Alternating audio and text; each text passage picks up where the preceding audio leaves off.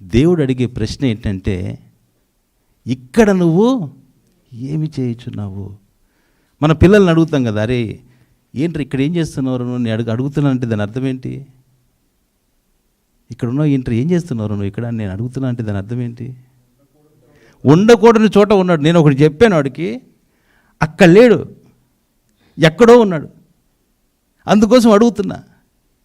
ఈయన ఎక్కడున్నాడు మరి? దేవుని పర్వతం దగ్గరికి వచ్చాడు, కానీ దేవుడు అనుకున్న చోట్ల లేడిన. ఎలీషాకున్నటువంటి కంప్లైంట్ ఏంటి? అందరినీ చంపేస్తా ఉన్నారు, నేను ఒక్కడినే, నా జీవితం మీద విరక్తి వచ్చింది, ఇక చచ్చిపోతే బెటర్ కదా, పరిగెత్తుతా ఉన్నాడు. హోరేబు కొండ దగ్గరకు వచ్చాడు, కానీ దేవుడు ఉండాల్సిన ప్లేస్లో ఆయన లేడు. దేవుడు ఉండాల్సినటువంటి స్థలమందు ఆయన లేడు. దేవుడు అడుగుతున్నాడు, ఇక్కడ ఏం చేస్తున్నావు నువ్వు? మొదటిసారి కదా, మొదటిసారి అడిగినప్పుడు. తర్వాత ఏం చెప్తున్నాడు ఆయన?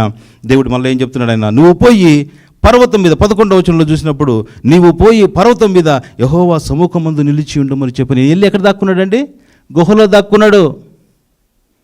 దేవుడు చెప్తున్నాడు ఏమని? నీవు దేవుని సముఖమందు నిలవబడు. అంటే ఈయన ఎక్కడ లేడినా? దేవుని సముఖములో లేడు. అందుకోసమే దేవుడు ఆయన అడుగుతున్నాడు, ఎక్కడ ఉండాల్సినాడు? ఎక్కడ ఉన్నావు నువ్వు? నా సముఖమందు నిలిచి ఉండాలి కదా, అవునా? 17వ అధ్యాయం చూసినప్పుడు మనం కింగ్ ఆహాబును కలిసినప్పుడు ఈయన ఏం చెప్తాడు? ఆయన 17వ అధ్యాయం 1వ వచనం, ఎవని సన్నిధిని నేను నిలవబడి ఉన్నాను, ఇశ్రాయేలు దేవుడైనా. ఈయన ఆహాబు దగ్గరకు వచ్చి ఏమంటున్నాడు? నేను ఎవని సన్నిధిలో నిలబడి ఉన్నానంటే, ఎవని సన్నిధిలో ఉన్నాడు ఈయన?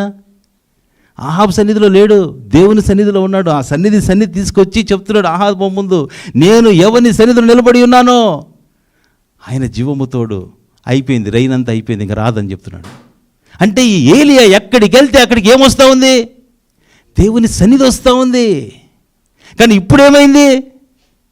దేవుడు ఎందుకు ఇక్కడ ఏం చేస్తున్నా ఉంటున్నట్టు అది అర్థం ఏంటి? దేవుని సన్నిధిలో లేడినా. హోరేబు కొండకైతే వచ్చాడు, కానీ దేవుని సన్నిధిలో లేడు.